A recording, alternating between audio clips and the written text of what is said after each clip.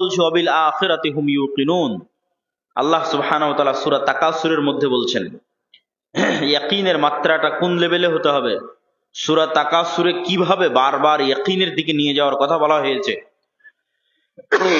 এটা যদি দেখতাম। আলহাকুমুত তাকাসুর, দুনিয়ার পরস্পরের প্রতিযোগিতা তোমাদের ভুলিয়ে রেখেছে। ছোট বাচ্চাকে যেমন মোবাইল দিয়ে ভুলিয়ে রেখেছেন তার কান্না, অথবা আর কোনো কিছু দিয়ে যখন আপনি মানুষকে কোনো কিছু ভুলিয়ে রাখেন, তো এই দুনিয়াতে মৃত্যুকে ভুলে রাখার এমন কোনো সরঞ্জাম নাই যা এই পৃথিবীতে নাই। আজকের মোবাইল, আজকের বিনোদন, টাকা পয়সা, কাজ কারবার, ধন দৌলত, প্রতি মুহূর্তে মৃত্যুকে ভুলে থাকার সরঞ্জাম পৃথিবীতে আছে। তো বলছে আলহাকুমুত তাকাসুর, তোমাদের ভুলিয়ে রেখেছে দুনিয়ার প্রতিযোগিতা মৃত্যুকে। হাত্তা জুরতুমুল মাকাবির, এটা ততদিন চলবে যতদিন না তোমরা নিজেরা না মরে গেছো, নিজেরা না কবরে চলে গেছো। কাল্লা সাউফা তা'লামুন, কখনো নহে, তোমরা অবশ্যই জানতে পারবে। সুম্মা কাল্লা সাউফা তা'লামুন, আবারও বলছি তোমরা অবশ্যই জানতে পারবে। কাল্লা লাউ তা'লামুনা ইলমাল ইয়াকিন, শুধু কি জানতে পারবে, ইয়াকিনের লেভেলে জানতে পারবে, ইয়াকিনের লেভেলে জানতে পারবে। কিভাবে ইয়াকিনের লেভেলে জানতে পারবে? লা তারাবুন্নাল জাহিম, অবশ্যই তোমরা নিজে চোখে জাহান্নামকে দেখবে, অবশ্যই তোমরা নিজে চোখে জাহান্নামকে দেখবে। সুম্মা লা তারাবুন্নাহা আইনাল ইয়াকিন, আবারও বলছি অবশ্যই তোমরা তোমাদের চোখে ইয়াকিনের লেভেলে, তোমাদের চোখ দিয়ে তোমরা দেখবে জাহান্নামকে, ইয়াকিন অর্জিত হবে তোমাদের। তাহলে শুধু ঈমান আর ইয়াকিনের লেভেলে ঈমান এক নয়। আমরা বিশ্বাস করি কবরের আযাব হবে, বিশ্বাস করি জান্নাত এবং জাহান্নাম আছে, আর মুহাম্মদ সাল্লাল্লাহু আলাইহি ওয়াসাল্লাম মেরাজের রাতে স্বচক্ষে জান্নাত দেখেছেন, স্বচক্ষে জাহান্নাম দেখেছেন, স্বচক্ষে কবরের আযাব দেখেছেন। তাহলে মুহাম্মদ সাল্লাল্লাহু আলাইহি ওয়াসাল্লামের ইয়াকিন অর্জিত হয়েছে, ওনার ঈমানের মাত্রা আমাদের চেয়ে বেশি। কেন? গায়েবের পর্দা ওনার জন্য উন্মোচন করে দেওয়া হয়েছে।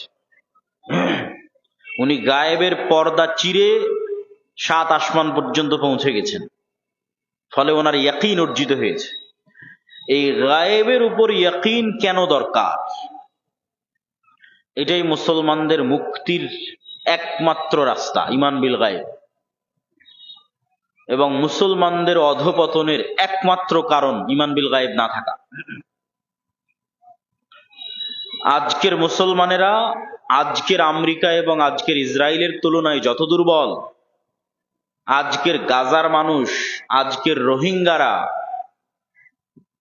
যত দুর্বল, আজ থেকে 3000, 4000, 5000 বছর পূর্বে মুসা আলাইহিস সালাতু ওয়াস সালাম আজকের মুসলমানদের চাইতে কয়েকশো, কয়েক হাজার গুণ বেশি দুর্বল ছিলেন। এটা যদি আমি আপনাকে উদাহরণ দিয়ে না বুঝাই, আপনি বুঝতে পারবেন না যে কেমনে মুসা আলাইহিস সালামের মতো নবী, যাকে আমরা এত বড় নবী মনে করি, সেই নবীকে বলা হচ্ছে তিনি আজকের মুসলমানদের চাইতে বেশি দুর্বল ছিলেন। জি, আপনার বগুড়ার শিবগঞ্জের আটমলের একজন কৃষককে, একজন রাখালকে যদি আজকে দায়িত্ব দেওয়া হয়, যাও তোমাকে দায়িত্ব দিলাম ডোনাল্ড ট্রাম্পের কাছে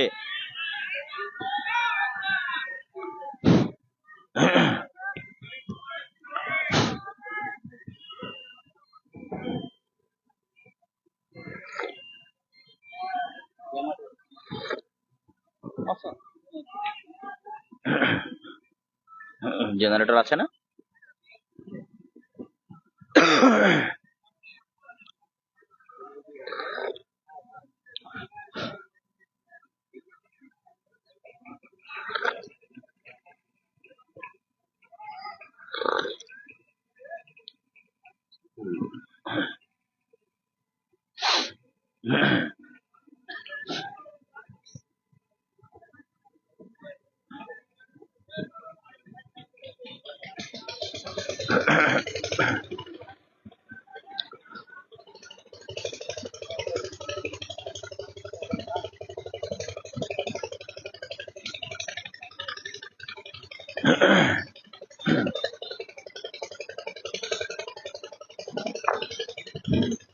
জি, আজকে বগুড়ার শিবগঞ্জের আটমোলের একজন রাখালকে দায়িত্ব দেওয়া হলো যে তুমি এখান থেকে ডোনাল্ড ট্রাম্পের কাছে গিয়ে দাওয়াতি কাজ করবা, রাশিয়ার ভ্লাদিমির পুতিনের কাছে গিয়ে দাওয়াতি কাজ করবা।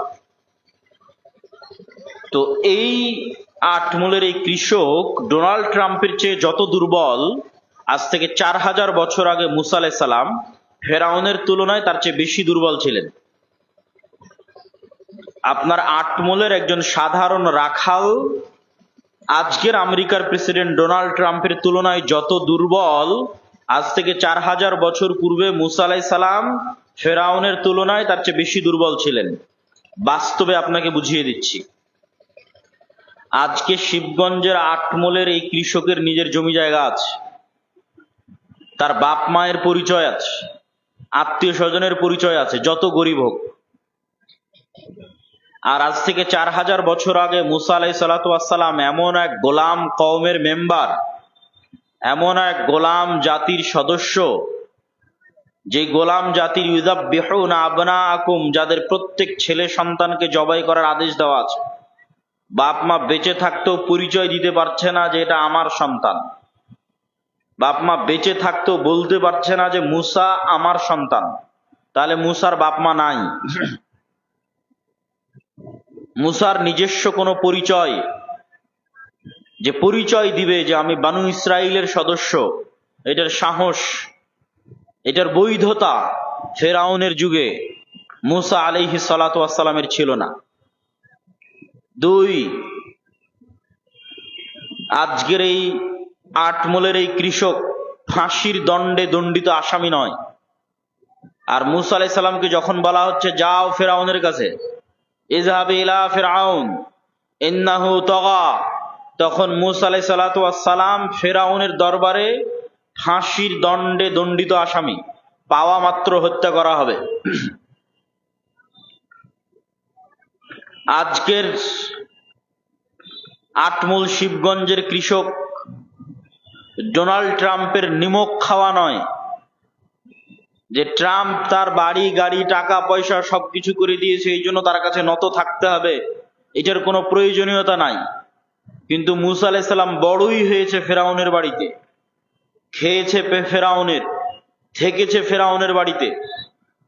আজ এই রকম এক গোলাম জাতির, এরকম এক অসহায় নিরীহ সদস্য, ফাঁসির দণ্ডপ্রাপ্ত আসামিকে বলা হচ্ছে যাও তুমি যার বাড়িতে থেকে খেয়ে বড় হয়েছো তাকে গিয়ে দাওয়াতি কাজ করো।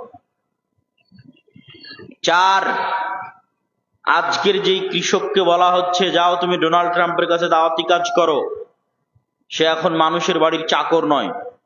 আর যখন মুসা আলাইহিস সালামকে বলা হচ্ছে যাও ফেরাউনকে দাওয়াত দিতে হবে, তখন মুসা আলাইহিস সালাম প্রায় 10 বছর থেকে মানুষের বাড়ির কাজের লোক, প্রায় 10 বছর মানুষের বাড়ির কাজের লোক।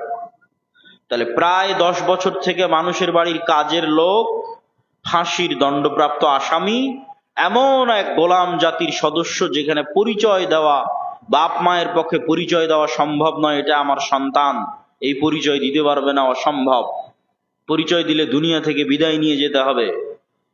এই রকম নিরীহ অসহায় অবস্থায় মুসা আলাইহিস সালামকে বলা হয়েছে ফেরাউনের কাছে যেতে। আর ফেরাউন আজকের যুগে যে যত শক্তিশালী, তার চেয়ে কয়েক শতগুণ বেশি শক্তিশালী। আমি